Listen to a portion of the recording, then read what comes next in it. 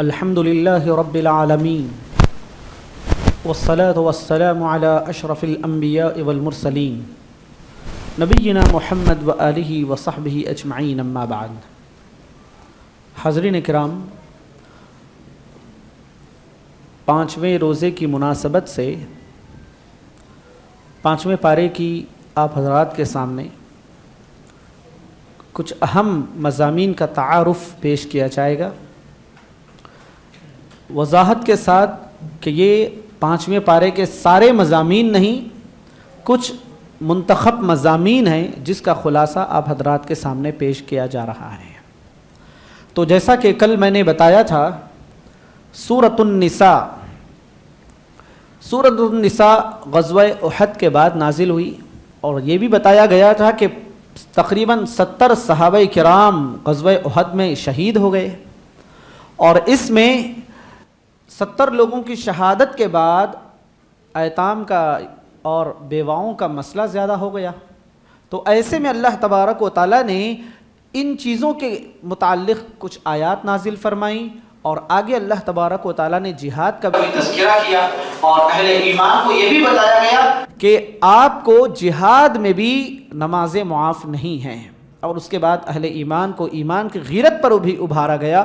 کفار و مشرکین کو بھی بتایا گیا کہ شرک بہت بڑا گناہ ہے، اللہ تبارک و تعالیٰ شرک کو کبھی معاف نہیں کرے گا۔ تو سورہ نساء میں ہمیں آج یہ بات معلوم کرنا ہے کہ اللہ تعالیٰ نے کچھ رشتے ایسے رکھے ہیں جن سے نکاح کرنا، جن سے شادی کرنا اسلام میں حرام ہے۔ بتایا گیا تمہاری مائیں، تمہاری بہنیں، تمہاری بیٹیاں، بھتیجیاں، بھانجیاں، یہ پھوپھیاں، خالائیں، یہ تمام کے تمام اس زمرے میں آتی ہیں کہ ان سے نکاح کرنا حرام ہے۔ جب ماں کا تذکرہ کیا گیا تو ماں کی ماں یعنی نانی سے، پرنانی سے، ان سے بھی نکاح نہیں کیا جا سکتا، اور اسی طرح باپ کی ماں جو دادی ہوتی ہے، اس کی ماں، تو تمام ماؤں سے نکاح حرام ہے، اور بیٹیوں سے بھی انسان کا نکاح حرام ہے۔ انسان نہ اپنی بیٹی سے نکاح کر سکتا ہے، نہ نواسی سے نکاح کر سکتا ہے، نہ اپنی پوتی سے نکاح کر سکتا ہے۔ خالاؤں کے بارے میں بھی کہا گیا کہ اپنے والد کی جتنی بھی بہنیں ہوں گی، یا پھر اپنے والد کی ماں کی بہنیں ہوں، ماں کی بیٹیاں ہوں، یا پھر رضاعی رشتے بھی حرام ہو جاتے ہیں۔ جن چیزوں سے ایک ہے نسبی رشتہ ہوتا ہے، اور دوسرا رشتہ ہوتا ہے رضاعی رشتہ، کہ پرانے زمانے میں، قدیم زمانے میں یہ رواج عام تھا کہ لوگ دوسروں کے بچوں کو دودھ پلایا کرتے تھے۔ اب بھی اگر کہیں کسی گھرانے میں رضاعت کا ماحول ہے کہ ایک بہن اپنے دوسرے بہن کے بچوں کو دودھ پلاتی ہے، ایک بھاوج اپنی ننند کے بچوں کو دودھ پلاتی ہے، تو ایسے میں نسبی رشتہ، جس طرح بھان بھائی کا رشتہ، بہن اور بھائی کا رشتہ قائم ہو جاتا ہے، اسی طرح دودھ پینے والے بچوں میں بھی آپس میں خاص رشتے جیسے رشتے قائم ہو جاتے ہیں۔ تو بتایا گیا کہ یہ رشتے حرام ہیں، اور آگے تفصیل بتائی گئی کہ انسان کے لیے یہ چیز بھی حرام ہے کہ دو بہنوں سے بیک وقت نکاح کرے۔ ہاں، زمانے جاہلیت میں جو گزر گیا ہے اسے چھوڑ دیا جائے، اور یہ بھی بتایا کہ شادی شدہ عورت سے بھی کوئی نکاح نہیں کر سکتا۔ ایک ایسی عورت جو آلریڈی کسی کے نکاح میں موجود ہے، تو کہا گیا کہ ایسی عورت سے بھی نکاح نہیں کیا جائے گا۔ یہ آغاز رہا۔ اس کے بعد دوسرے رکوع میں اللہ تبارک و تعالیٰ نے کہا یرید اللہ لیبین لکم ویہدیکم، کہ اللہ تعالیٰ چاہتا ہے کہ تم پر دین کھول کھول کر بیان کرے اور تمہاری ہدایت کا سامان بنائے۔ اور آگے کہا کہ اللہ تبارک و تعالیٰ واللہ یرید ان یتوب علیکم، آپ کو دین کھلم کھلا بتا کر، دین سکھا کر اللہ آپ پر رحم کرنا چاہتا ہے۔ مثال کے طور پر کوئی آدمی کسی گیرج میں کام کرتا ہے، کسی آفس میں کہیں کام کرتا ہے، اور اسے کام کا طریقہ نہیں معلوم ہے، اب ارجنٹ یہ کام ہونا ہے، تو انسان کتنا پریشان ہوگا۔ کوئی مینول بک ملے گی کیا، کوئی بتانے والا ملے گا، انسان ڈھونڈے گا، تلاش کرے گا۔ تو اللہ تعالیٰ نے کہا کہ اللہ تم پر دین سکھا کر اللہ تعالیٰ تم پر رحم کرنا چاہتا ہے۔ اس کے بعد کہا کہ ایک دوسرے کا مال حرام طریقے سے مت کھاؤ، الا ان تکون تجارتا عن تراض منکم، ہاں ایک دوسرے کی رضامندی ہے، ایک دوسرے کے لیے مال ٹرانسفر ہونے کا طریقہ کیا ہے؟ تجارت ہے، یہ اس سے پیسے دے رہا ہے، وہ اس سے اپنا مال دے رہا ہے، تو ایک دوسرے کا مال آپ تجارت کے ذریعے حاصل کر سکتے ہیں۔ ایک شکل بتائی گئی، جیسا کہ اس سے پہلے بھی میں نے کہا تھا کہ ہدیہ دینا ہے، ہدیہ دے کر بھی انسان اپنا مال دوسرے کو دے سکتا ہے۔ وراثت کا معاملہ ہے، ایک آدمی دوسرے کو وراثت دے کر اپنا مال اس کو دے سکتا ہے۔ اسی طرح اسی آیت کریمہ کے بعد کہا کہ اگر تم کبیرہ گناہوں سے بچتے رہو گے، اگر تم بڑے بڑے گناہوں سے بچتے رہو گے، اللہ تعالیٰ خود بخود چھوٹے گناہوں کو معاف کر دے گا۔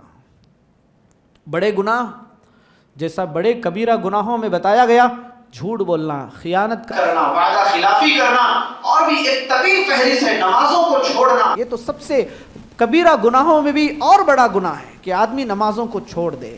ہم عموماً ایک بات کی وضاحت ضروری سمجھتا ہوں، شیخ الاسلام امام ابن تیمیہ رحمہ اللہ نے بتایا ہے کہ آدمی عموماً کیا سمجھتا ہے کہ آدمی کوئی چوری کر رہا ہے، بڑا گناہ ہے، کوئی آدمی بدکاری کر رہا ہے، بڑا گناہ ہے، کوئی آدمی شراب پی رہا ہے، بڑا گناہ ہے، کبیرہ گناہ ہے، لیکن اس سے بھی بڑا گناہ یہ ہے کہ آدمی نمازوں کو چھوڑ دے، آدمی روزے چھوڑ دے، آدمی زکوٰۃ نہ دے۔ کیوں؟ اس لیے کہ کوئی آدمی شراب پیتا ہے تو یہ کبیرہ گناہ کرتا ہے، اگر کوئی آدمی نماز کا انکار کر دے، نمازوں کو چھوڑ دے، تو ممکن ہے ایسا آدمی اسلام سے خارج ہو جائے، اسلام میں ہی نہ رہے گا۔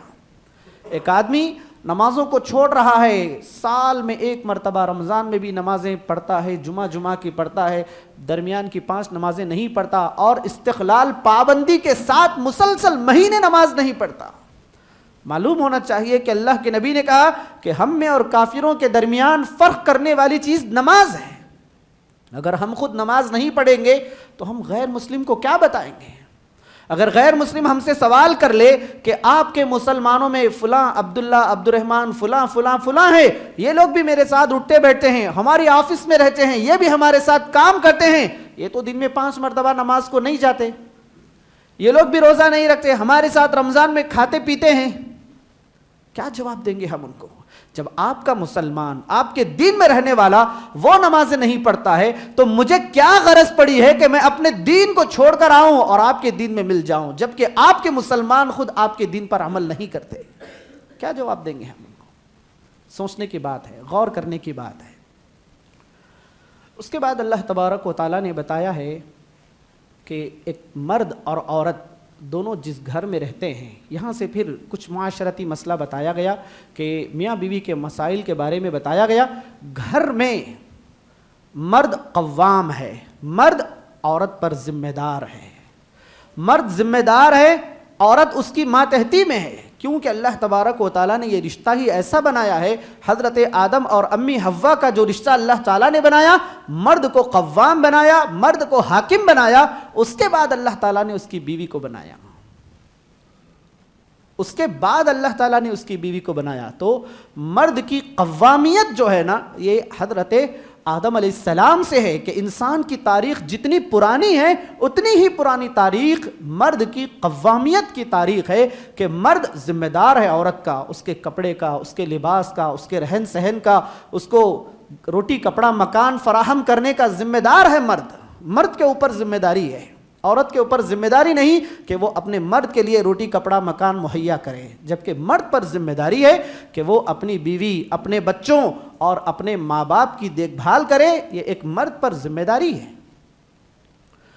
اور اس کے بعد کہا گیا کہ اگر کبھی میاں بیوی میں زوجین میں اختلاف ہو جائے تو بتایا گیا کہ آپ اپنے طریقے سے اسے من چاہے طریقے سے ہینڈل نہ کریں، شرعی طریقہ بتایا گیا، آپ شرعی طریقے سے اسے ہینڈل کرنے کی کوشش کریں، مسئلے کو حل کرنے کی کوشش کریں۔ اور یہ بھی بتایا گیا کہ اگر ممکن ہو تو لڑکی کی جانب سے ایک، لڑکے کی جانب سے ایک، دونوں کی جانب سے کوئی ایسا آدمی ہو جو دونوں میں اصلاح کرانے کی کوشش کرے، موافقت کرانے کی کوشش کرے، رشتے کو جوڑنے کی کوشش کرے۔ اور یہ بھی کہا کہ اگر یہ دونوں مصالحت کر لیتے ہیں، مل جاتے ہیں، تو اللہ تعالیٰ ان کے دلوں میں محبت ڈال دے گا انشاءاللہ۔ اللہ نے وعدہ کیا ہے، اگر چھوٹے چھوٹے مسائل پر اسی طرح کھینچتے رہیں گے تو مسئلہ بگڑتا جائے گا۔ اگر یہ دونوں آپس میں موافقت کر لیں،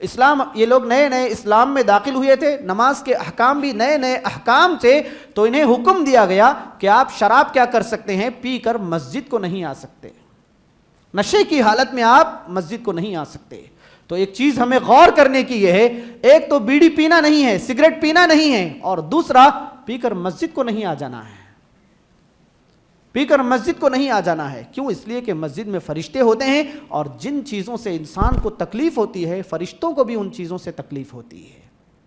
اور آپ صلی اللہ علیہ وسلم نے کہا تھا کہ آدمی کچی پیاز، کچا لہسن، ادرک وغیرہ کھا کر مسجد کو نہ آئے، کہ وہ مسجد میں صف میں کھڑا ہو جائے، انسان ہے، مجبوری ہے انسان کی کہ وہ ڈکار لے گا یا پھر مسجد میں بات چیت کرے گا تو اس کے منہ سے بدبو آئے گی، اس سے تکلیف ہوگی، فرشتوں کو بھی تکلیف ہوگی، انسانوں کو بھی تکلیف ہوگی۔ کہا کہ لا تقربوا الصلاة وانتم سکارا، آپ نشے کی حالت میں مسجد کو نہ آئیں۔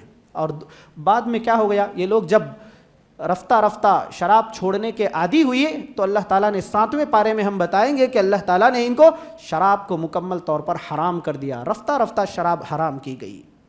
اسی آیت میں دوسرا حکم یہ دیا گیا کہ آپ جنابت کی حالت میں مسجد کو نہیں آ سکتے، کہ آپ کو جنابت لاحق ہو گئی ہے تو آپ مسجد کو نہیں آ سکتے، غسل کرنے تک آپ مسجد کو نہیں آ سکتے۔ ہاں، ایسا معاملہ ہے کہ آپ کے گھر کا راستہ مسجد سے ہو کر گزرتا ہے تو آپ مسجد سے گزریں گے لیکن وہاں ٹھہریں گے نہیں۔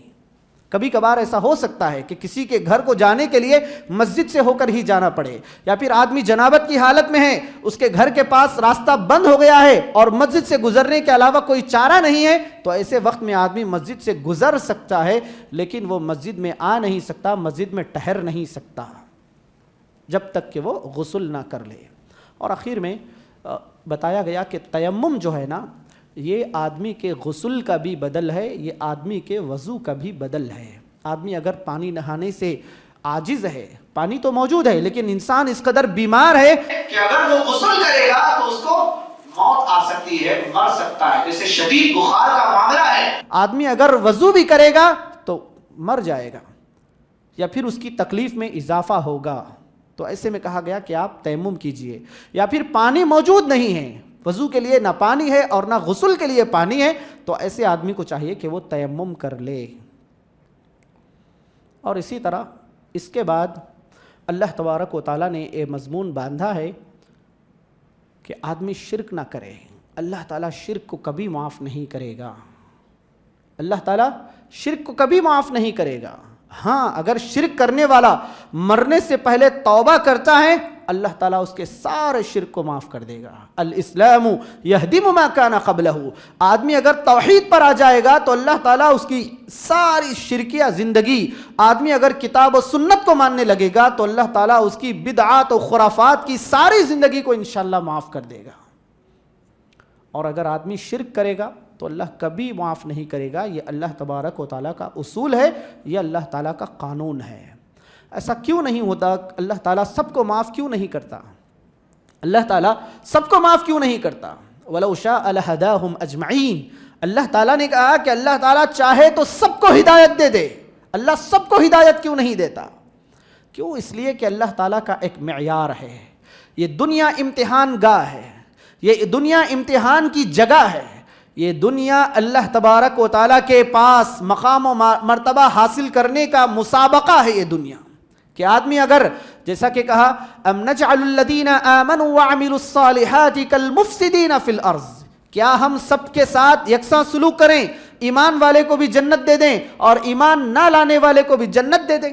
ایک آدمی ہے مصیبت سے قربانیاں دے کر ایمان لاتا ہے، اپنے ایمان پر ثابت قدم رہتا ہے، اپنے ایمان کی حفاظت کرتا ہے، مثال کے طور پر روزے رکھتا ہے، نمازیں پڑھتا ہے، اپنی زندگی میں توحید کی اہمیت کو سمجھتا ہے، قربانیاں دیتا ہے پوری زندگی ایک مومن۔ جبکہ ایک آدمی ہے شرک میں مبتلا رہتا ہے، نہ نمازوں کا خیال ہے، نہ روزے زکوٰۃ حج کا خیال ہے، اور پھر نہ اس کی زندگی میں توحید کی اہمیت ہے، نہ اللہ رسول کا مقام ہے۔ اللہ دونوں کو بدلہ یکساں کیسے دے گا؟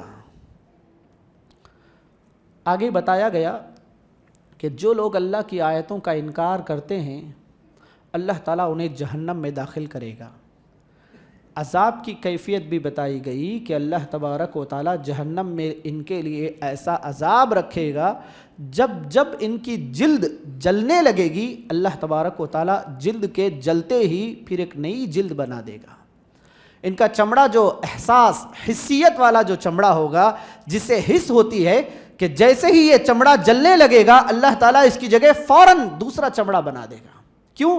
تاکہ یہ لوگ عذاب کا جو اصل مزہ ہے اسے چکھ سکیں، اور عذاب کسے کہتے ہیں انہیں معلوم ہو سکے۔ مثال کے طور پر اب اگر دنیا میں کسی انسان کو جلا دیا جائے تو وہ ایک دم سے جل جائے گا، اور اس کا جو عذاب، اس کی جو تکلیف ہوگی وہ اس کو تھوڑی دیر، 1 گھنٹہ 2 گھنٹے 3 گھنٹے ہوگی، اس کے بعد وہ کوئلہ ہو جائے گا۔ لیکن کہا گیا کہ ان کو جہنم میں رکھا جائے گا، جب ان کا جسم جل جائے گا دوبارہ ان کی جلد کو تازہ کیا جائے گا اور پھر دوبارہ عذاب دیا جائے گا۔ 2 مرتبہ ہو گیا، سہبارہ پھر انہیں عذاب دیا جائے گا، تیسری بار تو ان کا جسم جلے گا، جلنے کے بعد پھر ان کے جسم کو تازہ کیا جائے گا، پھر سے عذاب دیا جائے گا، یہی معاملہ چلتا رہے گا۔ اس کے بعد ایمان والوں کا تذکرہ کیا گیا۔ ایمان والوں کا تذکرہ کر کے بتایا گیا کہ یہ ایمان والے ہیں، عمل کرنے والے ہیں، اللہ تعالیٰ کے پاس ان کے لیے جنتیں ہیں، اور ایسی جنتیں ہیں کبھی یہ نعمتیں ختم ہونے والی نہیں ہیں۔ اس کے بعد کی آیتوں میں کہا گیا کہ امانتیں امانت دار کے حوالے کی جائیں۔ یہاں پر بالخصوص عہدوں کا معاملہ کہا گیا کہ جو عہدے دار ہے، جو عہدے کا حقدار ہے، اسے عہدہ دیا جائے۔ اور اس کے بعد ایک جامع آیت میں اللہ تعالیٰ نے کہا کہ اے ایمان والوں، اللہ کی اور اس کے رسول کی اطاعت کرو۔ اور اولو الامر کہا گیا۔ اولو الامر سے مراد یہاں پر حکمران، ذمہ داران بھی ہیں، اور یہاں پر علماء کرام بھی ہیں کہ جب تک ذمہ دار، جب تک قوم کا حاکم، قوم کے امراء، قوم کے بادشاہ یا پھر قوم کے علماء جب تک اللہ رسول کی طرف دعوت دینے لگیں، جب تک اللہ اور اس کے رسول کی اطاعت کی دعوت دیں، لوگوں کو چاہیے کہ ان کی بات مانیں۔ بعض لوگوں نے علماء سے مراد لے کر معاملے کو چوپٹ اس طرح کیا کہ آیت کریمہ میں تقلید کا حکم دیا جا رہا ہے، جبکہ تقلید کا حکم نہیں ہے۔ علماء اور ذمہ داران، امراء، حکماء کی بھی اطاعت اسی وقت کی جائے گی جب وہ کتاب و سنت کے موافق ہو۔ اسی لیے قاعدہ یہ ہے لا طاعت لمخلوق فی معصیت الخالق، اللہ کی ناراضگی میں کسی انسان کی اطاعت نہیں کی جا سکتی۔ اللہ کو ناراض کرنے میں کسی انسان کو خوش نہیں کیا جا سکتا۔ ایک انسان کوئی ایسا حکم دیتا ہے جو اللہ کے حکم، رسول کے حکم کے خلاف ہے، تو اس کا حکم نہیں مانا جائے گا۔ اور یہ بھی کہا گیا جب آپس میں اختلاف ہو جائے تو اللہ اور اس کے رسول کی طرف لوٹو۔ کاروبار کا معاملہ ہو، گھر بار کا معاملہ ہو، ملی قیادتوں کا معاملہ ہو، کوئی بھی معاملہ ہو، جب اختلاف ہو جائے تو کہا کہ اختلاف ہونا اس کا مطلب ہی یہی ہے کہ سب آپس میں انسان ہیں۔ ایک دوسرے کی رائے کا مخالف ہونا، ایک رائے کا ایک دوسرے کے خلاف جانا، یہ عام بات ہے، کوئی اچنبھے کی بات نہیں ہے۔ لیکن عقل مندی یہ ہے کہ آدمی کتاب و سنت کی طرف رجوع کرے، اللہ کی طرف، اس کے رسول کی طرف، صحابہ کرام کے معاملات کی طرف رجوع کرے اور اپنے مسئلے کو حل کر لے۔ اس کے بعد اللہ تبارک و تعالیٰ نے کہا کہ یہ لوگ اس وقت تک مؤمن نہیں ہو سکتے جب تک اپنے فیصلے نبی کے حکم کے مطابق نہ کر لیں۔ فلا وربک، کہا اللہ کے نبی کے رب کی قسم کھائی گئی، اے نبی آپ کے رب کی قسم، جب تک یہ لوگ اپنے اختلافات، اپنے معاملات تمہارے حکم کے مطابق نہ کر لیں۔ یا پھر منافقین کے بارے میں کہا گیا کہ منافقین اپنے مسئلے جب تک لا کر آپ کے پاس حل نہ کر لیں، یہ اللہ کی قسم یہ مومن نہیں ہو سکتے۔ منافقین محمد صلی اللہ علیہ وسلم کو رسول تو مانتے تھے، وہ بھی سطحی طور پر، جب کوئی اہم معاملہ ہوتا تو یہود و نصارہ کی طرف رجوع کر دے۔ کہا گیا کہ ان کے اپنے معاملات میں جب تک آپ کو یہ حکم نہ مان لیں، آپ کو فیصلہ کن نہ مان لیں کہ فیصلہ کرنے والے آپ ہیں، جب تک یہ بات نہ مان لیں یہ بھی پکے مومن نہیں ہو سکتے۔ اس کے بعد منافقین کا تذکرہ کیا گیا کہ منافقین کا معاملہ یہ تھا کہ یہ چاہتے تھے کہ جہاد فرض کیا جائے، ہم جہاد لائے تو ہم جہاد میں لڑیں گے، آگے بڑھیں گے، مگر جب جہاد کو فرض کیا گیا تو یہ لوگ پیچھے ہٹ گئے ہیں۔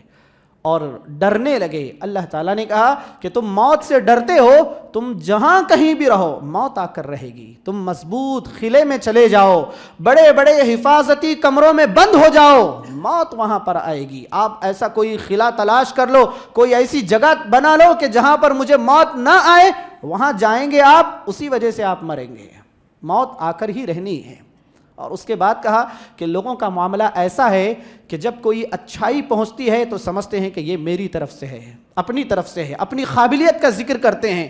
جب کوئی اچھائی آتی ہے تو سمجھتے ہیں کہ یہ میں کما لیا، کوئی اچھا کام ہو گیا تو سمجھتے ہیں کہ یہ میں نے کیا، اور جب کوئی مسئلہ ہو جاتا ہے، نقصان ہو جاتا ہے، تو اللہ کی طرف اسے جوڑتے ہیں کہ دیکھو اللہ نے کیسے کر دیا، دیکھو اللہ نے کیسے کر دیا۔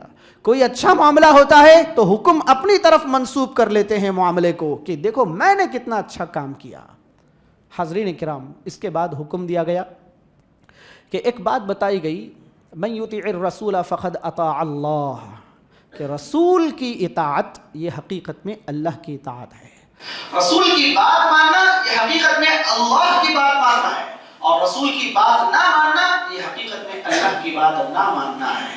اس کے بعد کہا گیا کہ لوگوں کو دعوت دی گئی آپ قرآن میں غور کیجئے، افلا یتدبرون القرآن، 5ویں پارے کے آدھے پارے کے پاس کہا گیا کہ آپ قرآن میں غور کیوں نہیں کرتے، اور یہ بھی کہا گیا 26ویں پارے میں کہا گیا سورہ محمد میں، افلا یتدبرون القرآن ام علی قلوب اقفالها، کہ لوگ قرآن میں غور کیوں نہیں کرتے۔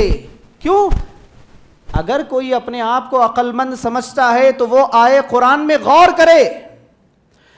قرآن میں غور نہ کرنے کی علامت یہ ہے کہ گویا آدمی کے دل پر، اس کی سوچ پر، اس کی سمجھ پر تالے پڑے ہوئے ہیں۔ اقفالها کا لفظ ہے۔ آدمی یا تو قرآن میں غور کرے، اگر قرآن میں غور نہیں کرتا ہے تو مطلب یہ ہے کہ اس کے دل پر، اس کے دماغ پر، اس کی سوچ پر تالے پڑے ہوئے ہیں، یہ نہ سوچ سکتا ہے نہ سمجھ سکتا ہے۔ اگر سمجھنے کی طاقت ہے تو آؤ قرآن سمجھو، قرآن میں غور کرو۔ اللہ نے انہی الفاظ میں کہا افلا یتدبرون القرآن ام علی قلوب اقفالها، یا تو دلوں پر تالے پڑے ہوئے ہیں، اگر دل پر تالا نہیں پڑا ہوا ہے تو آئیے قرآن میں غور کیجئے، قرآن کو سمجھنے کی کوشش کیجئے، قرآن کو سیکھنے کی کوشش کیجئے۔ اللہ تعالیٰ دعوت دے رہا ہے لوگوں کو۔ اس کے بعد بتایا گیا وَإِذَا حُيِّيتُم بِتَحِيَّةٍ فَحَيُّوا بِأَحْسَنَ مِنْهَا أَوْ رُدُّوهَا، اگر جب آپ کو کوئی سلام کرے تو آپ اس سے اچھے طریقے سے اس کا جواب دینے کی کوشش کریں۔ اگر کوئی السلام علیکم کہتا ہے تو آپ السلام علیکم ورحمۃ اللہ، السلام علیکم ورحمۃ اللہ وبرکاتہ کہیں، اس لیے کہ سلام کا جواب دینا، سلام کرنا، سلام کا جواب دینا یہ اہل ایمان کی خاصیت ہے۔ اہل ایمان کی خاصیت ہے کہ اہل ایمان آپس میں جب ملتے ہیں، ایک مسلمان کے دوسرے مسلمان پر جو حقوق ہے ان میں سے ایک حق یہ بھی ہے کہ جب آپس میں ملیں تو سلام کریں، اور دو بھائی جب آپس میں لڑ لیں، آپس میں جب ایک دوسرے سے ناراض ہوں تو کہا کہ جو پہلے سلام کرے وہ اچھا آدمی ہے، چاہے غلطی جس کی بھی ہو۔ 3 دن تک آپ ناراض رہ سکتے ہیں، شریعت نے حکم دیا ہے کہ ایک بھائی دوسرے بھائی سے لڑ لیا ہے، ناراضگی ہے، نفرتیں ہیں، تو آپ 3 دن تک اس سے ناراض رہ سکتے ہیں، اور اس کے بعد 3 دن بھی اگر چاہیں تو 3 دن کے اندر ہی مل سکتے ہیں، لیکن کہا کہ یہ ناراضگی 3 دن سے زیادہ نہیں جانی چاہیے، اور دونوں میں بہتر وہ ہے جو ایک دوسرے کو سلام کرتا ہے، سلام کرنے میں جو پہل کرتا ہے، جو پہلے سلام کرتا ہے وہ اچھا آدمی ہے۔ اس کے بعد اللہ تبارک و تعالیٰ نے جنگ کے سلسلے میں منافقین کا تذکرہ کیا کہ یہ ہمیشہ جنگ سے پیچھے رہتے ہیں، اور اس کے بعد قتل کے معاملات کو اللہ تعالیٰ نے بتایا کہ ایک تو یہ ہوتا ہے کہ آدمی کسی کو جان بوجھ کر قتل کر دے، اور دوسری چیز یہ ہے کہ آدمی قتل کرنا تو نہیں چاہتا تھا لیکن قتل کرنا تو نہیں چاہتا تھا لیکن اس سے ایسی حرکت ہو گئی جس سے سامنے والا قتل ہو گیا۔ تیسرا معاملہ ایسا ہے کہ آدمی نہ قتل کرنا چاہتا تھا، نہ اس سے کوئی ایسی حرکت بھی ہوئی، لیکن سامنے والا غلطی سے مر گیا۔ 3 چیزیں ہیں، تو تینوں کا فدیہ بتایا گیا، تینوں کی حالتیں بتائی گئی۔ آپ سورہ نساء میں 5ویں پارے کے نفس کے پاس اس کے احکام کو دیکھ سکتے ہیں۔ اس کے بعد اللہ تبارک و تعالیٰ نے جنگ ہی کے سلسلے میں یہ بھی بتایا کہ آپ اگر سفر میں ہیں تو آپ نماز قصر کر کے ادا کر سکتے ہیں، ظہر کی نماز آپ 2 رکعت پڑھیں گے، عصر کی نماز آپ 2 رکعت پڑھیں گے، عشاء کی نماز آپ 2 رکعت پڑھیں گے، مغرب 3 رکعت اپنی جگہ پر پڑھیں گے، اور فجر بھی اپنی جگہ 2 رکعت پڑھیں گے۔ سفر میں اجازت دی گئی کہ آدمی کو چاہیے کہ وہ نماز کو قصر کرے۔ اور ایک چھوٹ یہ بھی ہے، آدمی اگر سفر میں چاہے تو مسافر کے لیے جماعت واجب نہیں ہے، آدمی اگر سفر میں چاہے تو وہ جمع بین الصلاتین بھی کر سکتا ہے۔ اور اس کے بعد کہا گیا کہ اہل ایمان پر نمازیں وقت پر فرض ہیں، اہل ایمان پر نمازیں وقت پر فرض ہیں، کہ ایمان والوں کو چاہیے کہ نمازوں کو ان کے اوقات پر ادا کرے۔ اور اس کے بعد اللہ تبارک و تعالیٰ نے کہا کہ اگر کوئی آدمی گناہ کرتا ہے، گناہ کر دیا کسی نے، اس سے کوئی بڑا گناہ سرزد ہو گیا، شرک ہو گیا، چوری ہو گئی، شراب پی لیا، جھوٹ بول دیا، سود کھا لیا، کچھ بھی گناہ ہو گیا، اس کے بعد وہ توبہ کرتا ہے اپنے گناہ سے، تو وہ پائے گا کہ اللہ تعالیٰ واقعی رحم کرنے والا ہے۔ یہ ایسی ہی باتیں نہیں ہیں، کتابی باتیں نہیں ہیں، اللہ معاف کرے گا، اللہ مغفرت کرے گا، یہ کتابی باتیں نہیں ہیں۔ انشاءاللہ ہم جمعہ کا خطبہ دیں گے، توبہ و استغفار کی اہمیت پر، اس سلسلے میں اور بھی تفصیلی باتیں بیان کریں گے انشاءاللہ۔ اور اس کے بعد کہا کہ دوبارہ وہی شرک کا تذکرہ کیا گیا کہ آدمی کو چاہیے کہ وہ اللہ کے ساتھ شرک نہ کرے، اس لیے کہ شرک کرنا بہت بڑی گمراہی ہے۔ شیطان کا وعدہ بھی یاد دلایا گیا کہ شیطان نے اللہ تعالیٰ سے وعدہ کیا ہے کہ پروردگار میں تیرے بندوں کو ضرور گمراہ کروں گا، میں ان کو ایسا حکم دوں گا، میں انہیں یہ بتاؤں گا، شرک کا یہ راستہ بتاؤں گا، شرک کا وہ راستہ بتاؤں گا، ہر طریقے سے میں تیرے بندوں کو گمراہ کروں گا۔ شیطان نے نہ صرف اللہ سے وعدہ کیا ہے، اس کی جرت تو دیکھیں کہ اللہ کے سامنے اللہ کی قسم کھا کر اس نے علی اعلان کہا ہے کہ تیرے بندوں کو میں گمراہ کروں گا۔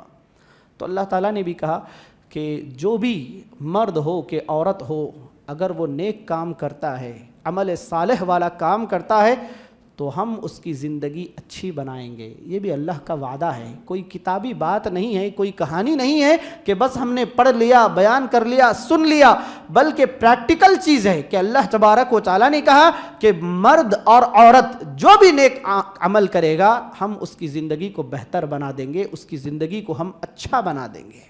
آخر میں اس کے بعد اللہ تعالیٰ نے پھر دوبارہ وہی عورتوں کا تذکرہ اٹھایا۔ عورتوں کے بارے میں چونکہ عورت کا ذکر عمل صالح کے معاملے میں آیا، تو اس کے بعد فوری کہا کہ وَيَسْتَفْتُونَكَ فِي النِّسَاءِ، کہ لوگ آپ سے عورتوں کے بارے میں سوال کرتے ہیں، آپ انہیں جواب دیجئے۔ وہی عورتوں کے گھریلو معاملات، گھریلو مسائل کے بارے میں بتایا کہ ان کو چاہیے کہ یہ آپس میں صلح کو ترجیح دیں۔ وَالصُّلْحُ خَيْرٌ کہا گیا، صلح کرنا یہ کسی بھی معاملے میں بہترین چیز ہے، کسی بھی معاملے میں صلح کرنا بہترین چیز ہے۔ اور آپ صلی اللہ علیہ وسلم کی زندگی سے بھی ہمیں یہی معلوم ہوتا ہے کہ اللہ کے نبی نے اخلاق کے ذریعے اور وقتی طور پر دب کر اللہ کے نبی نے صلح کی، جس کے نتائج بعد میں بہت اچھے ظاہر ہوئے۔ صلح کبھی بھی اللہ نے کہہ دیا ہے کہ صلح کرنا سب سے بہترین آپشن ہے، تو ہر معاملے میں صلح کرنا ہی سب سے بہترین آپشن ہے۔ اس کے بعد اہل ایمان کو ایمان کی دعوت دی گئی کہ ایمان کے 6 ارکان میں سے کچھ ارکان کا تذکرہ کیا کہ ایمان والوں اللہ پر، رسولوں پر، کتابوں پر، فرشتوں پر، تقدیر پر، آخرت کے دن پر ایمان لاؤ۔ 6 چیزوں کا تذکرہ کیا گیا۔ ایمان والوں سے بتایا گیا کہ ایمان والے تقدیر کے پہلو پر، آخرت کے دن پر، فرشتوں پر، رسولوں پر، کتابوں پر، اللہ پر ایمان لائیں۔ اور ایمان نہ لانے والوں پر، منافقین کے بارے میں کہا گیا کہ منافقین ایک تو ایمان نہیں لاتے ہیں، اور ان کے دل میں کدورتیں رہتی ہیں، ان کے دل میں نفاق رہتا ہے، ظاہری طور پر آ کر مسلمانوں کی صفوں میں نمازیں پڑھتے ہیں اور سمجھتے ہیں کہ ہم نے دین کو، اللہ کو، رسول کو، نمازیوں کو، سب کو دھوکہ دے دیا، ہمارے دل میں تو ایمان نہیں ہے، ہم ٹوپی لگا لے کر، جبہ پہن کر ہم آ کر مسلمانوں کی صفوں میں کھڑے ہو کر نماز پڑھ رہے ہیں، ظاہراً ہم ان کو دھوکہ دینا چاہتے ہیں، دیکھو ہم نے دھوکہ دے دیا۔ تو اللہ تعالیٰ نے کہا کہ ان المنافقین یخادعون اللہ کو دھوکہ دیتے ہیں، جبکہ انہیں معلوم ہونا چاہیے کہ اللہ تعالیٰ دلوں کے راز کو جاننے والا ہے۔ اللہ تعالیٰ بھی ان کے دھوکے کو کامیاب بتا رہا ہے ان کے سامنے، تو گویا یہ انہی کو الٹا دھوکہ ہو گیا۔ یعنی سامنے کوئی میرے سامنے جھوٹ بول رہا ہے، جبکہ مجھے وہ سچائی پہلے سے معلوم ہے۔ جھوٹ بولنے والا جھوٹ بول کر سمجھتا ہے کہ میں نے سامنے والے کو تو بس پاگل بنا دیا، جبکہ سامنے والا سچ پہلے سے جانتا ہے، وہ اس کو پاگل بنا رہا ہے۔ تو اللہ تعالیٰ نے کہا کہ منافقین اللہ کو دھوکہ دینے کا ڈھونگ رچتے ہیں، جبکہ اللہ تبارک و تعالیٰ نے تو خود ان کو دھوکہ دینے کی اللہ تعالیٰ نے ترکیب نکالی ہے، اور قیامت کے دن جہنم کے سب سے نچلے درجے میں یہی منافقین ہوں گے جنہوں نے لوگوں کے سامنے اپنے آپ کو بطور مسلمان بنایا، جبکہ ان کے دلوں میں بغض و کینہ اسلام کے خلاف، مسلمانوں کے خلاف، رسولوں کے خلاف ان کے دل میں کینہ ہے، اور یہ اپنے آپ کو مسلمان ظاہر کرتے ہیں۔ جہنم کے نچلے درجے میں ہوں گے، اور جہنم کی جو سب سے زمینی سطح ہوگی وہاں پر منافقین کو رکھا جائے گا، تاکہ عذاب بھی سب سے زیادہ انہی کو عذاب ہو۔ اور اس کے بعد کہا 5ویں پارے کی آخری آیت میں، اللہ آپ کو عذاب دینا کیوں چاہے گا؟ کیا پڑی ہے اللہ کو آپ کو عذاب دینے کی؟ اگر آپ ایمان لاؤ گے، اللہ کا شکریہ ادا کرو گے، بلکہ جو ایمان لانے والے ہیں اللہ تبارک و تعالیٰ ان کا قدردان ہے۔ اللہ عمل کی قدر کرتا ہے، اللہ نیک بندوں کی قدر کرتا ہے۔ نیک بندوں کی قدر کے معاملے میں آتا ہے کہ آپ صلی اللہ علیہ وسلم نے کہا کہ کبھی کوئی چیز ہونا یا نہیں ہونا اللہ کے پاس طے نہیں رہتا، لیکن کوئی اللہ کا نیک بندہ قسم کھا کر اللہ تعالیٰ سے کہہ دے تو اللہ وہ کام اپنے نیک بندے کے مطابق کر دیتا ہے۔ کوئی کام ہوگا یا نہیں ہوگا ابھی کنفرم نہیں ہوتا ہے۔ اگر کوئی اللہ کا نیک بندہ، عمل کرنے والا بندہ قسم کھا کر کہتا ہے کہ واللہ یہ کام ہوگا، میں اللہ کی قسم کھا کر کہتا ہوں کہ یہ کام ایسے ہوگا، تو اللہ بھی اپنے بندے کے قسم کی لاز رکھ دیتا ہے، تقدیر بدل جاتی ہے اور اس بندے کی قسم کے برابر کام ہو جاتا ہے۔ یعنی عمل کرنے والے کی اللہ کے پاس قدر ہے، اور اللہ تعالیٰ عمل کرنے والوں کو عذاب دے کر اللہ کیا کر لے گا؟ تو یہ کچھ باتیں رہی 5ویں پارے سے اہم مضامین کا میں نے مختصر سا تعارف کرایا ہے۔ اس کی تفصیلات اور بھی بہت ساری تفصیلات ہیں، آپ بڑے علماء کرام سے رجوع کر سکتے ہیں، اور قرآن و حدیث سے بھی آپ رجوع کر کے مزید معلومات حاصل کر سکتے ہیں۔ اللہ تعالیٰ مجھے اور آپ کو کہنے، سننے، غور کرنے، یاد رکھنے اور عمل کرنے کی توفیق عطا فرمائے۔ آمین وآخر دعوانا ان الحمد للہ رب العالمین۔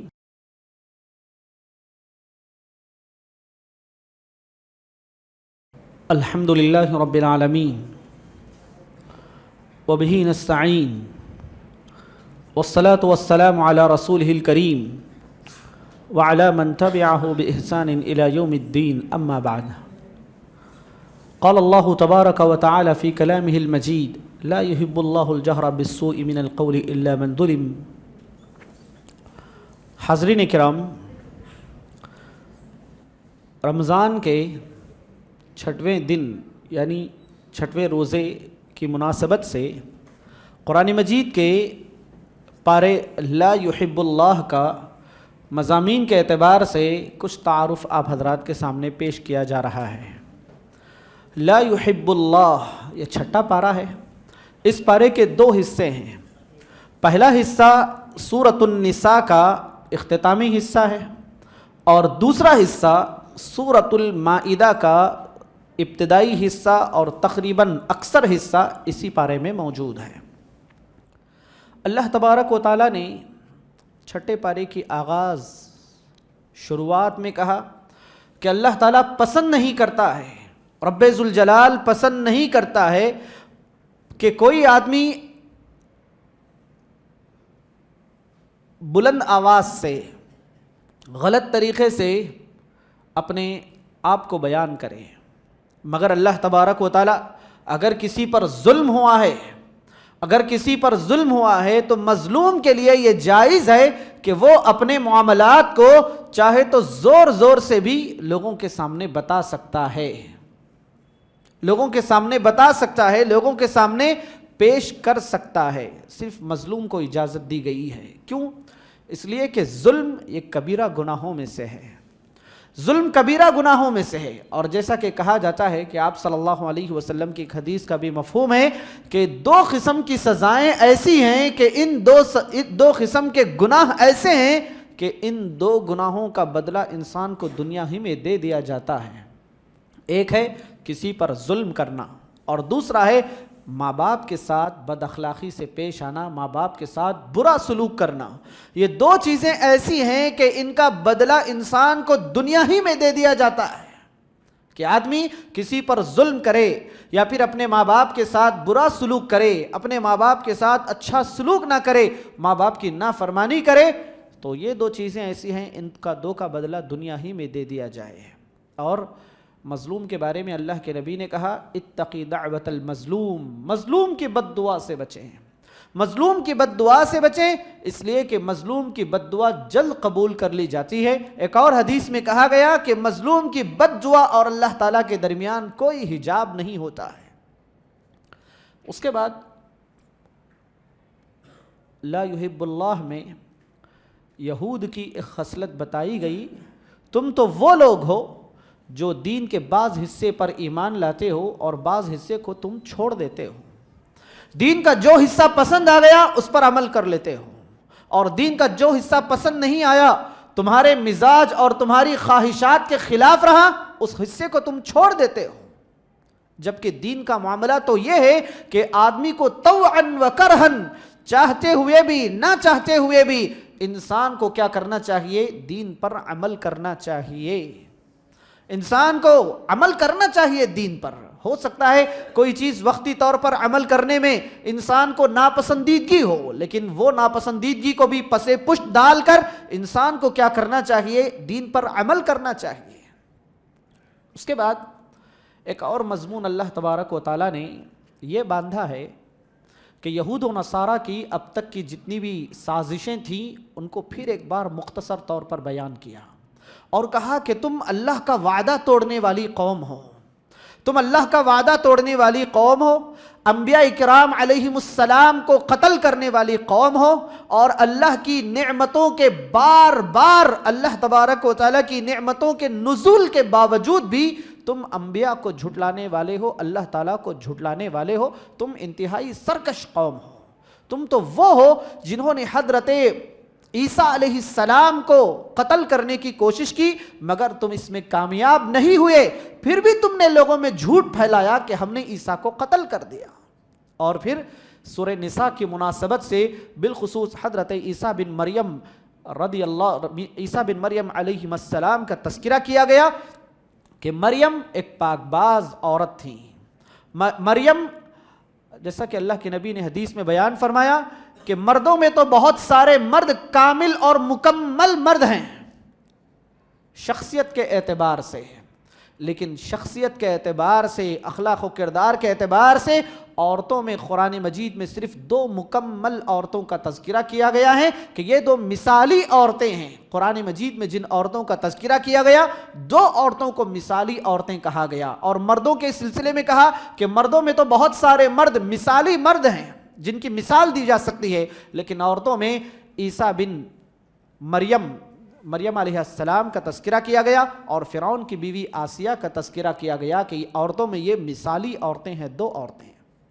اور اللہ تبارک و تعالیٰ نے بتایا کہ حضرت عیسیٰ علیہ السلام کو ان لوگوں نے قتل نہیں کیا ہے، بلکہ عیسیٰ علیہ السلام ایسے ہی زندہ باحیات آسمان کی طرف اٹھا لیے گئے ہیں۔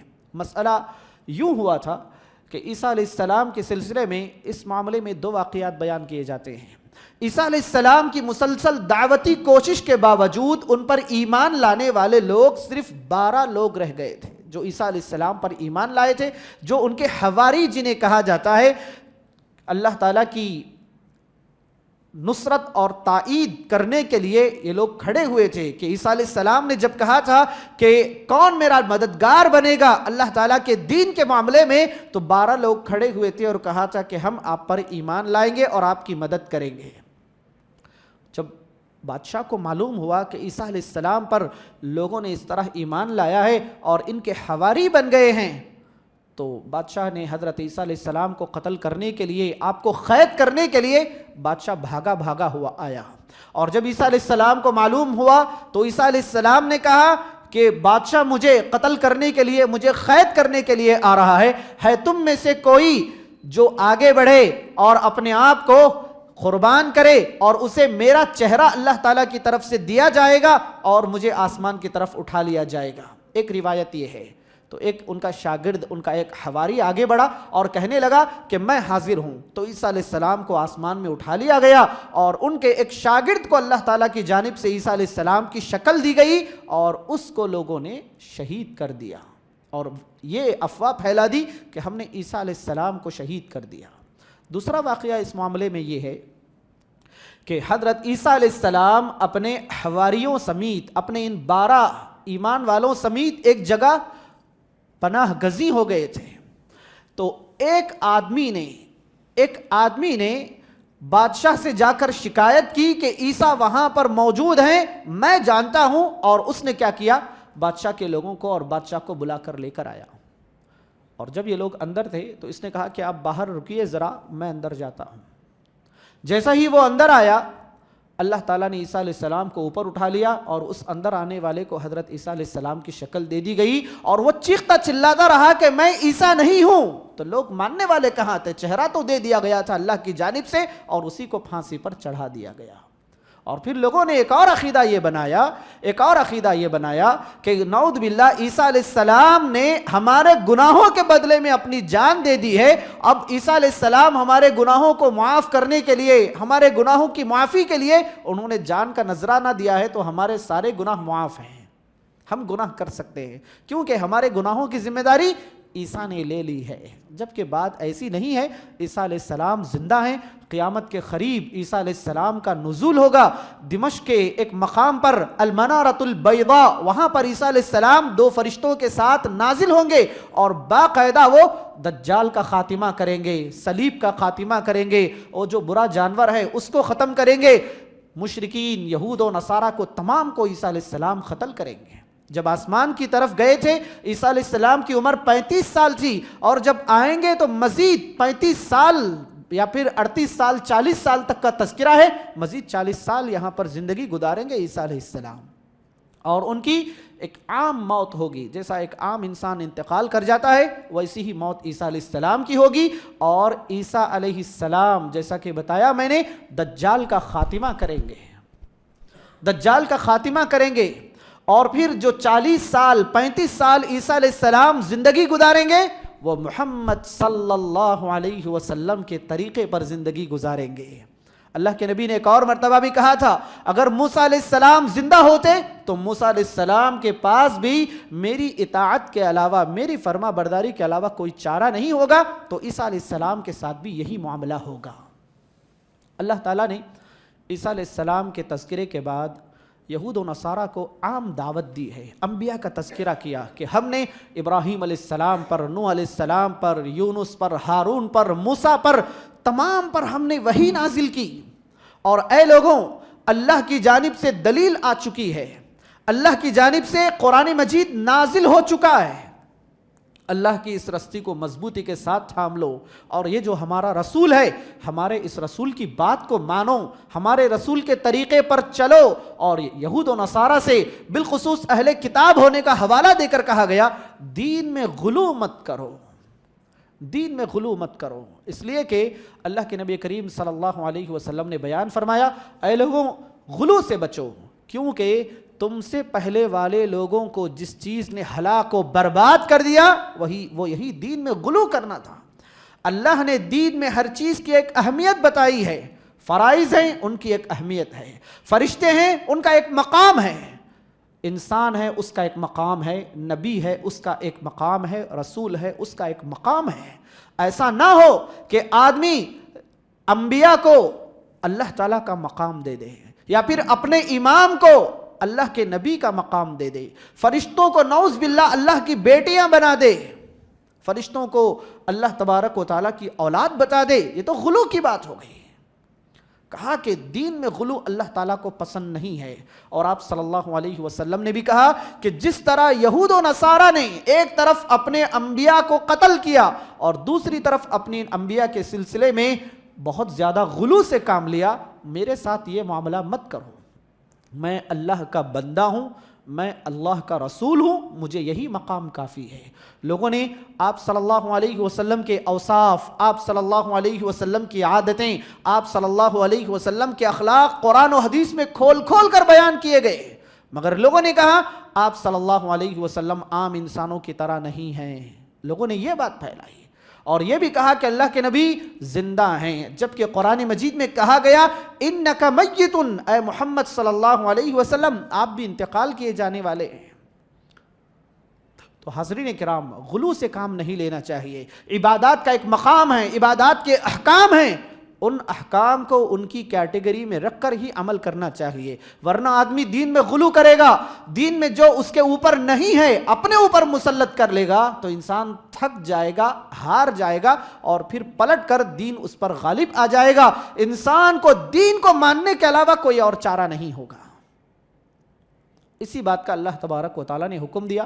اور آخری آیت میں کلالہ کی میراث کے سلسلے میں اللہ تبارک و تعالیٰ نے کچھ باتیں بتائی ہیں.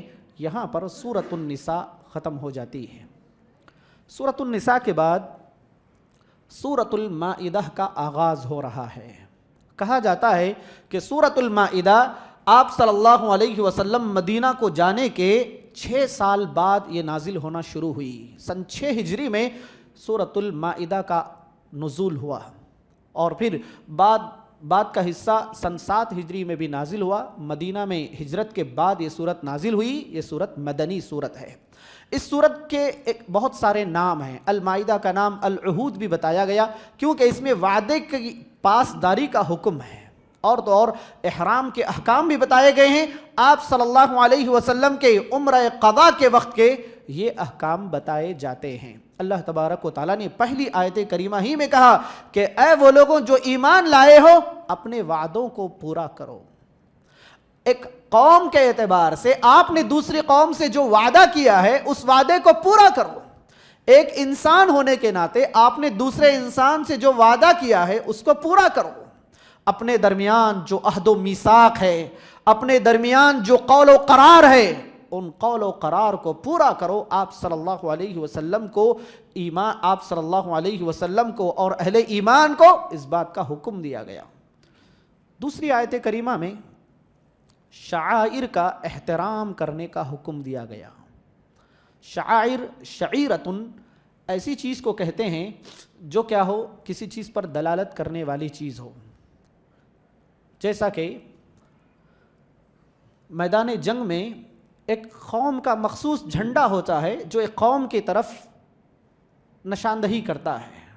قوم کا ایک مخصوص لباس ہوتا ہے، جیسے بچوں کا ایک لباس ہے. ہر اسکول کا ایک الگ لوگو ہے، ہر اسکول کا ایک الگ جھنڈا ہے، ہر اسکول کی الگ ایک سیل ہے، ہر اسکول کا الگ پیٹرن ہے، ایک الگ یونیفارم ہے جو بتاتا ہے کہ یہ پہنا ہوا آدمی یہ چیز اس اسکول سے ریلیٹڈ ہے.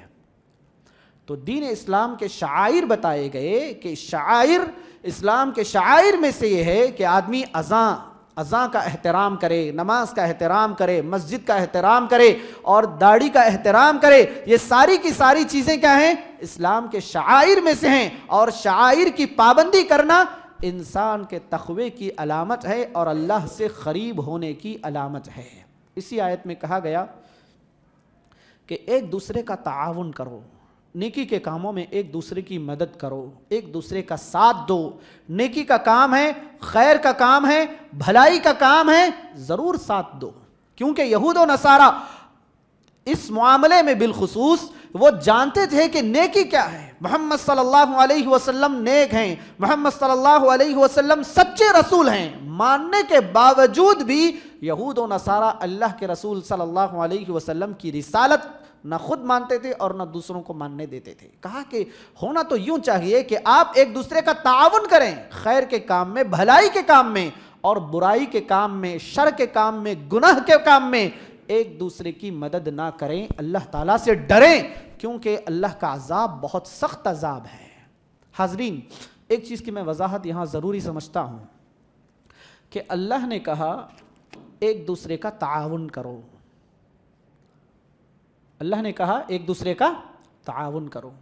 اللہ نے کہا ایک دوسرے کی مدد کرو. تو اب اگر کوئی اس سے یہ دلیل لے کہ اللہ نے خود کہا ہے ایک دوسرے کی مدد کرو، تو گویا اللہ کو چھوڑ کر انسانوں سے بھی مدد مانگی جا سکتی ہے. یہ غلط ہے. ایک دوسرے کی مدد کرنا، ایک دوسرے کا ساتھ دینا الگ چیز ہے، اور مدد اللہ سے جیسی مدد مانگنی چاہیے ویسی مدد انسانوں سے مانگنا یہ چیز غلط ہے۔ جیسا کہ ایک مثال کے طور پر چھوٹا بچہ ہے، یہ کھانا ظاہر سی بات ہے گھر جائے گا اپنی امی سے ابا سے کھانا مانگے گا، اپنی ضروریات اپنے ماں باپ سے مانگے گا ایک بچہ، تو یہ شرک نہیں ہوگا۔ آدمی جس طرح اللہ سے مانگنا ہے وہ اگر انسانوں سے مانگے، مثال کے طور پر اللہ تعالیٰ ہمارے سامنے موجود نہیں ہے، انسان ہمارے سامنے موجود ہے، یا پھر جو آدمی ہمارے سامنے موجود ہے اور اگر وہ اس کام کو کرنے کی طاقت رکھتا ہے اس سے وہ چیز مانگی جائے گی۔ جیسے میں کہہ دوں تھوڑا پانی دیجئے، تو پانی یہاں پر موجود ہے، رکھا ہوا ہے، اور آپ پانی دے کر میری مدد کر سکتے ہیں۔ ایسے آدمی سے مدد مانگنا جو نہ میرے سامنے موجود نہیں ہے، گھر پر کوئی ہے میرے، میں اس سے مدد مانگ رہا ہوں، مجھے یہاں بیٹھا ہوں مجھے پانی دیجئے، تو یہ طریقہ غلط ہے۔ اور اگر کوئی آدمی زندہ بھی نہیں ہے، حاضر بھی نہیں ہے، مر چکا ہے، قبر میں دفن ہو چکا ہے، اس کی قبر کے پاس کھڑے ہو کر کہا جائے کہ آپ میری مدد کیجئے، تو یہ بھی شرک ہے۔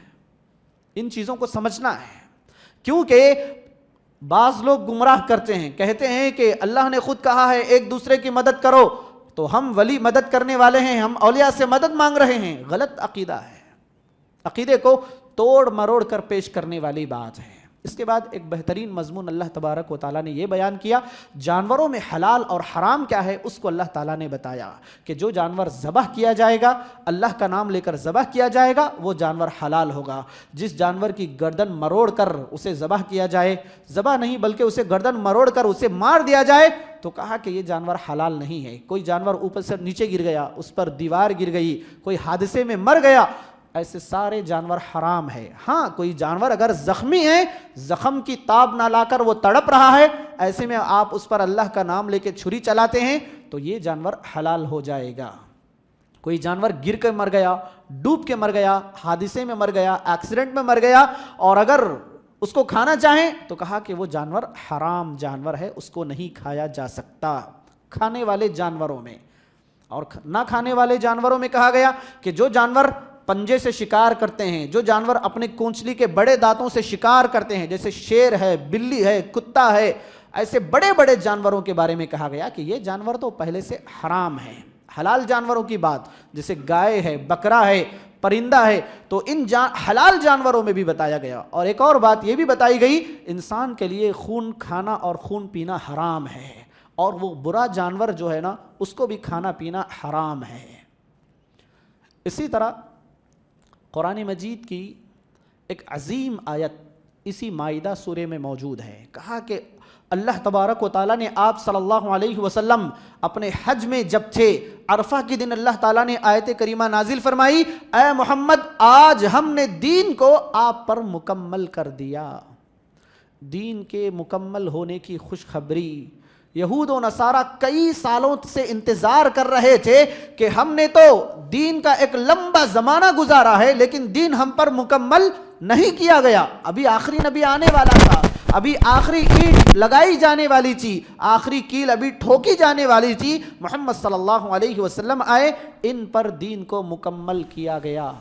یہود و نصارہ محمد صلی اللہ علیہ وسلم کے انتقال کے بعد عمر بن خطاب رضی اللہ عنہ کے پاس آتے ہیں اور کہتے ہیں ایک آیت آپ کے دین میں نازل ہوئی ہے، اگر وہ آیت ہمارے دین میں نازل ہوئی ہوتی تو آیت نازل ہونے کے دن کو ہم خوشی کے طور پر مناتے ہیں، اور وہ آیت یہی آیت ہے جس میں کہا گیا کہ دین مکمل ہو چکا ہے۔ اب اللہ کے نبی کے زمانے میں جو دین مکمل ہو چکا ہے، بعد میں اس دین میں ایکسٹرا فٹنگز کی ضرورت نہیں ہے۔ کیوں؟ اس لیے کہ قاعدہ ہے جو چیز اللہ کے نبی کے زمانے میں دین نہیں تھی وہ آج بھی دین نہیں ہو سکتی۔ بہت ساری بدعات و خرافات، بہت سارے غلط عقائد کا خاتمہ ہو جاتا ہے کہ اللہ نے دین کو نبی کے زمانے میں مکمل کر دیا، تو بعد والوں نے جو چیزیں بدعات کے نام پر، فلاں فلاں کے نام پر، ثواب کے نام پر ایجاد کر لی ہیں، اس کے اوپر تو اللہ کے نبی نے بھی عمل نہیں کیا تھا، یہ کیسے دین ہو سکتا ہے؟ اور وہ چیز دین کیسے ہو سکتی ہے جس کے اوپر اللہ کے نبی نے عمل نہیں کیا ہو، صحابہ نے عمل نہ کیا ہو، بعد والوں نے اپنی طرف سے کسی کو بنا لیا ہو اور کہا ہو کہ یہ دین ہے؟ تو نعوذ باللہ کیا اللہ کے نبی نے خیانت کی تھی؟ بدعات کے سلسلے میں غالباً امام مالک رحمہ اللہ کا قول ہے من ابتدع بدعتا یراها حسنتا فقد زعم ان محمدا خان الرسالہ، کہ اگر کوئی آدمی اپنی طرف سے کوئی بدعت کو ایجاد کر لے اور اچھا سمجھے تو یہ آدمی دعویٰ کر رہا ہے کہ دیکھو اللہ کے نبی نے یہ بات نہیں بتائی، اللہ کے نبی نے دین میں خیانت کی، نعوذ باللہ، میں اس چیز کو انجام دے رہا ہوں، میں اچھا کام کر رہا ہوں۔ اس کے بعد ایک اور مضمون یہ بتایا گیا کہ اہل ایمان میں سے اور اہل کتاب میں سے اگر کسی کی پاک دامن عورتیں ہیں اور وہ نکاح میں کسی کے نکاح میں نہیں ہیں تو ان سے بھی نکاح کیا جا سکتا ہے۔ اہل کتاب کی عورتوں سے نکاح کیا جا سکتا ہے اگر ان کو مہر دیا جائے، جس طرح عورتوں سے نکاح کیا جا سکتا ہے، مسلمان عورتوں سے اہل کتاب کی بھی عورتوں سے نکاح کیا جا سکتا ہے۔ اس کے کچھ شرائط بھی آگے بتائے گئے ہیں۔ اس کے بعد اللہ تبارک و تعالیٰ نے وضو کا طریقہ بتایا کہ جب تم نماز کے لیے کھڑے ہو جاؤ تو تم وضو کرو۔ وضو کی فضیلتیں ہمیں معلوم ہونی چاہیے کہ آپ صلی اللہ علیہ وسلم کے وضو کی طرح وضو کرنا، حضرت عثمان رضی اللہ عنہ بیان کرتے ہیں کہ آپ صلی اللہ علیہ وسلم کے وضو کی طرح وضو کیا، اچھی طرح اپنے دونوں ہاتھ دھوئے اور کلی 3 مرتبہ کلی کی، ناک میں پانی چڑھایا اور پھر اسی طرح اپنا چہرہ دھویا، اپنے ہاتھوں کو کوہنیوں سمیت کوہنیاں ملا کر دھویا، پھر اس کے بعد اپنے سر کا مسح کیا، سر کے مسح جس پانی سے کیا تھا اسی پانی سے اپنے کانوں کا مسح کیا، نیا اگلا پانی نہیں لیا، اور پھر اپنے پیروں کو ٹخنوں تک دھویا۔ اور جو آدمی اللہ کے نبی کے وضو کی طرح وضو کرے گا اس کے ان اعضاء سے گناہوں کو دھو دیا جائے گا۔ جو آدمی اللہ کے نبی کے وضو کی طرح وضو کرے گا اس کے ان اعضاء کے گناہوں کو دھو دیا جائے گا۔ اور آپ صلی اللہ علیہ وسلم بھی کہتے ہیں کہ میں اپنی امت کو قیامت کے دن وضو کے نشانوں کی وجہ سے پہچانوں گا۔ پوچھا گیا کہ آپ کیسے پہچانیں گے وضو کے نشان سے؟ تو اللہ کے نبی نے کہا کہ اگر کہیں 100 گھوڑے ہوں، 1000 گھوڑے ہوں، گھوڑوں کی ایک بڑی جماعت ہو تو کیا ایسے گھوڑے کو پہچاننا آسان نہیں ہوگا کہ جس کا چہرہ سفید ہو، جس کے پیر سفید ہوں؟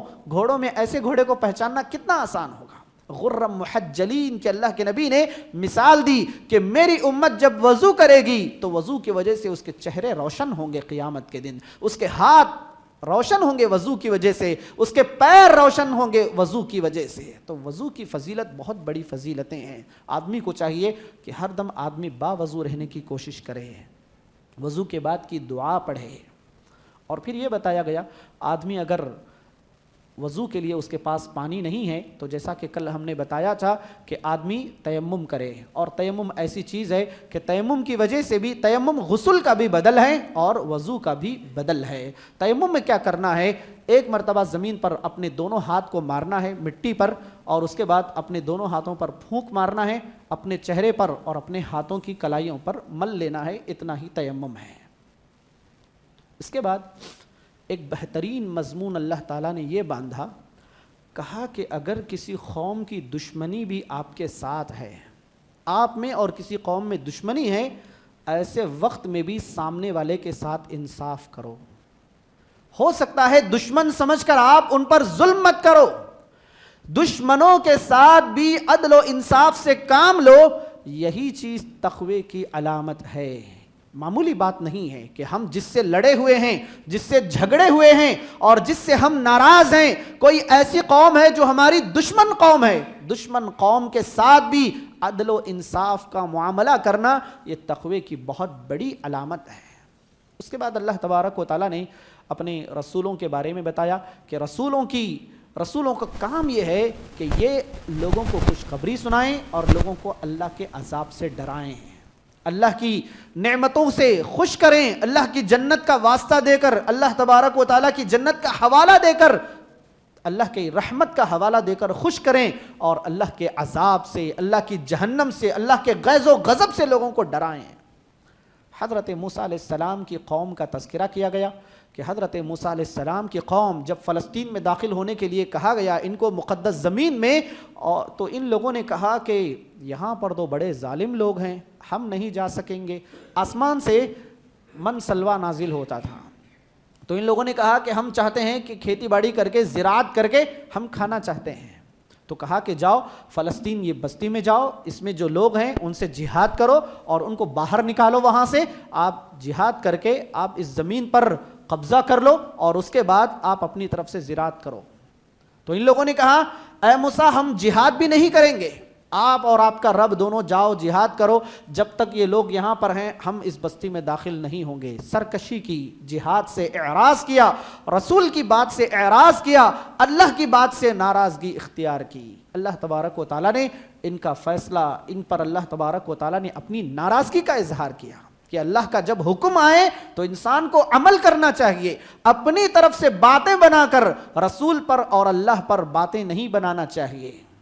اس کے بعد اللہ تعالیٰ نے ایک ایسے آدمی کا ذکر کیا کہ جس کو اللہ کا حکم آنے کے بعد اس نے اللہ کی بات کو نہیں مانا تھا. آدم علیہ السلام میاں بیوی جب دنیا میں آئے تو ان سے ایسا ہونے لگا, آدم علیہ السلام کو جڑواں بچے پیدا ہونے لگے, ایک لڑکا ایک لڑکی, ایک لڑکا ایک لڑکی. جب یہ بچے بڑے ہو گئے, شادی کا موقع آیا تو کہا گیا کہ پہلی دفعہ جو لڑکا لڑکی پیدا ہوئے ان کی شادی دوسری دفعہ جو لڑکا لڑکی پیدا ہوئے ان سے ہوگی. پہلا لڑکا دوسری لڑکی یا دوسری لڑکی پہلا لڑکا, اس طرح ان کی شادیاں ہوں گی. مگر ایک آدمی جو تھا, آدم علیہ السلام کا جو بیٹا تھا, قابل اس کا نام تھا, قابل اس کا نام تھا. اس کو حسد پیدا ہوا کہ میرے ساتھ جو لڑکی پیدا ہوئی ہے وہ اس سے خوبصورت ہے جو لڑکی میرے ساتھ نہیں پیدا ہوئی ہے. تو میرے ساتھ جو لڑکی ہے خوبصورت ہے, اس سے شادی میرا دوسرا بھائی کرے گا, میں اسی سے شادی کرنا چاہتا ہوں. تو کہا گیا کہ آپ دونوں اپنا صدقہ اللہ کے پاس پیش کرو, جس کا صدقہ اللہ قبول کرے گا آسمان سے ایک آگ آئے گی اور اس صدقے کو جلا دے گی. جس کا صدقہ قبول ہوگا اس کا صدقہ جلا دیا جائے گا. اس نے دیکھا کہ اس کا صدقہ تو قبول نہیں ہوا ہے, اس کے بھائی کا صدقہ قبول ہوا ہے. تو اس نے کیا کر دیا, اپنے بھائی کو قتل کر دیا. انسانی تاریخ کا سب سے پہلا قتل تھا جو حسد کی وجہ سے کیا گیا کہ سامنے والے کو مجھ سے اچھا مل رہا ہے, سامنے والے کو وہ چیز مل رہی ہے جو میں ڈیزرو کرتا ہوں, کہ ایسا سوچنے کی وجہ سے قتل کر دیا. اللہ کے نبی کریم صلی اللہ علیہ وسلم نے بتایا کہ اس قتل, انسانیت کا پہلا قتل کرنے کی وجہ سے انسان کو اس نے ہی سکھایا کہ قتل کیسے کیا جاتا ہے. قتل کرنا بھی کوئی چیز ہے, اور جب تک دنیا میں قتل ناحق ہوتا رہے گا اس گناہ کا ایک حصہ اس کو بھی ملے گا. جو آدم علیہ السلام کا بیٹا قابل تھا اور جس نے حابل کو قتل کیا تھا, اس کو ضرور اس کا بدلہ ملتا رہے گا. کہ انسانیت میں جب تک قتل ناحق ہوتا رہے گا, کوئی بھی آدمی قتل ناحق کا شکار ہوگا تو اس کا گناہ اس کو بھی ملے گا کہ اسی نے سب سے پہلے لوگوں کا قتل کیا. اس کے بعد اللہ تبارک و تعالیٰ نے بھی اس کو سزا دی. قتل کرنے کے بعد کیا کرنا ہے اس کو معلوم نہیں تھا. اللہ تعالیٰ نے ایک کوے کو بھیجا وہاں پر. کوا بھی اپنے ساتھ ایک اور مردہ لاش کو لے کر آیا تھا. کوے نے بھی کسی کو قتل کیا تھا.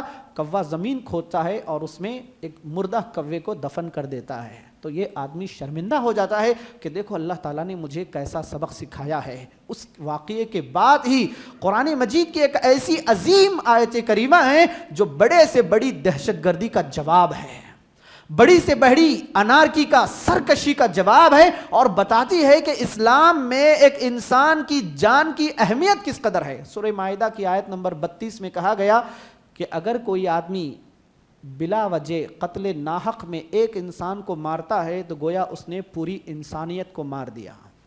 کوئی اگر کسی ایک انسان کی جان کو بچاتا ہے تو گویا اس نے پوری انسانیت کو بچا لیا. ایک انسان کی جان بچانا, ایک انسان کی جان کا احترام اسلام میں کس قدر ہے کہ ایک آدمی کو بلا وجہ قتل کر دینا پوری انسانیت کو قتل کر دینا ہے, اور ایک انسان کی حفاظت کرنا, ایک انسان کی جان بچانا پوری انسانیت کی جان بچانے کے برابر ہے. اس کے بعد اللہ تعالیٰ نے ایک مضمون یہ باندھا ہے, اللہ تعالیٰ نے چوروں کا معاملہ ہے کہ اسلام میں کہا گیا کہ اگر چور چوری کریں, خواہ وہ مرد ہو کہ عورت ہو, ان کے ہاتھ کلائیوں تک کاٹے جائیں. اس کی ایک مقدار بھی مقرر کی گئی. بعض روایات سے اندازہ لگا کہ اہل علم نے بتایا ہے کہ ربع دینار، اگر کوئی پاؤ دینار بھی اگر چوری کرتا ہے تو اس کے ہاتھ کاٹے جائیں گے۔ آپ صلی اللہ علیہ وسلم کے زمانے میں ایک واقعہ پیش آیا، قبیلہ بنو مخزوم کی ایک عورت جس کا نام فاطمہ تھا، اس نے چوری کی اور پکڑی گئی۔ جب اس کی چوری ثابت ہوئی تو لوگوں نے دیکھا کہ اب تو اس کا ہاتھ کاٹے جانا ہے اور ہم بڑے قبیلے سے تعلق رکھتے ہیں، تو لوگ ایک صحابی کے پاس گئے، غالباً حضرت اسامہ تھے، ان کے پاس گئے، یا حضرت معاذ بن جبل تھے، ان کے پاس گئے اور کہا کہ ہماری چوری پکڑی گئی ہے اور اللہ کے نبی نے ہاتھ کاٹنے کا حکم دیا ہے، آپ سفارش کیجئے۔ حضرت اسامہ گئے اور سفارش کی تو آپ صلی اللہ علیہ وسلم ناراض ہوئے، کہے اے اسامہ کیا تم اللہ کے معاملے میں سفارش کرنے آئے ہو؟ اگر اس فاطمہ کی جگہ لو کانت فاطمہ بنت محمد، اگر میری اپنی بیٹی فاطمہ بھی چوری کی ہوئی ہوتی تو میں اس کا بھی ہاتھ کاٹ دیتا۔ اس مضمون کے بعد یہود و نصارہ کے بارے میں بتایا گیا کہ یہ لوگ جب مال کا تذکرہ ہے، مال کی چوری کا معاملہ ہے، تو بتایا گیا کہ یہود و نصارہ تو چوری سے بھی بدتر کام جو ہے سود اس کا کاروبار کرتے ہیں۔ اور کہا گیا کہ لوگوں کو چاہیے کہ اللہ تبارک و تعالیٰ کی کتاب کو فالو کریں۔ کہا کہ ہم نے اپنی کتاب نازل کی ہے، تورات نازل کی ہے، اور اس کے بعد کہا کہ تورات یہ کتاب اس لیے نازل کی گئی ہے تاکہ لوگ اس پر فیصلہ کریں، اس کے مطابق فیصلے کریں، اور اس کے بعد کہا کہ قرآن مجید بھی اس لیے نازل کی گئی ہے تاکہ لوگ اس سے فیصلہ کریں۔ اور سورہ مائدہ کے آخر میں دو باتیں بتائی گئیں، اپنی بات کو ختم کر رہا ہوں میں۔ ایک بات یہ بتائی کہ اہل ایمان کو یہود و نصارہ سے دوستی نہیں کرنی چاہیے، یہود و نصارہ سے دوستی نہیں کرنی چاہیے۔ دیکھیے ایک چیز ہے انسانی تعلقات، ایک ہے اللہ کے نبی کو دیکھا گیا کہ یہود و نصارہ سے اللہ کے نبی قرضہ بھی لے رہے ہیں، یہود و نصارہ کے اللہ کے نبی دعوت بھی قبول کر رہے ہیں، لیکن مسلمانوں کے مقابلے میں یہود و نصارہ سے دوستی غلط ہے۔ کہ یعنی دوست سے دوستی صحیح ہے، دوست کے دشمن سے بھی دوستی صحیح ہے، لیکن دشمن سے دوستی اس لیے کی جا رہی ہے تاکہ میں میرے دوست کی جاسوسی کروں اور جا کے دشمن کے سامنے بتاؤں۔ انسانی معاملات، اللہ کے نبی یہود و نصارہ کو ہدیہ بھی دے رہے ہیں، ان سے ہدیہ بھی لے رہے ہیں، قرضہ بھی دے رہے ہیں، قرضہ بھی لے رہے ہیں، تو یہ معاملات جائز ہیں، لیکن دوستی مسلمانوں کے مقابلے میں دوستی کرنا اس سے روکا جا رہا ہے۔ اور آخری بات اس چھٹے پارے کے آخر میں جو کہی گئی ہے سورہ مائدہ میں کہ ان لوگوں نے حضرت مریم اور حضرت عیسیٰ اور اللہ تعالیٰ تینوں کو خدا بنا دیا اور کہا کہ یہ تینوں خدا ہیں، ٹرائنگل بتا دیا انہوں نے خدائی کا۔ اللہ تعالیٰ نے ان کی سخت مخالفت کی، اللہ تعالیٰ نے ان کی سخت سرزنش کی، اور آخر میں کہا مسلمانوں کے اہل ایمان کے سب سے بڑے دشمن یہود ہیں اور اس کے بعد مشرکین ہیں، اور جبکہ نصارہ ان کے معاملے میں رحم دل ہیں تھوڑا۔ اور مسلمانوں کو چیلنج کیا گیا اسی چھٹے پارے کے 1/3 کے پاس، ثلث کے پاس مسلمانوں سے کہا گیا اگر آپ دین کے معاملے میں نرمی برتیں گے اللہ آپ کو ختم کر دے گا اور ایک ایسی قوم کو لائے گا جو دین پر آپ سے زیادہ عمل کرنے والی ہوگی، مسلمانوں پر نرمی کرنے والی ہوگی، کفار پر بڑی سخت ہوگی۔ اور اللہ کا دوست وہی ہے جو اللہ کے دین پر عمل کرتا ہے۔ یہ کچھ باتیں رہی، اللہ تعالیٰ سے دعا ہے پروردگار ان باتوں کو اللہ تعالیٰ میرے حق میں آپ کے حق میں قبول فرمائے، اللہ تعالیٰ ہمیں عمل کرنے کی توفیق عطا فرمائے۔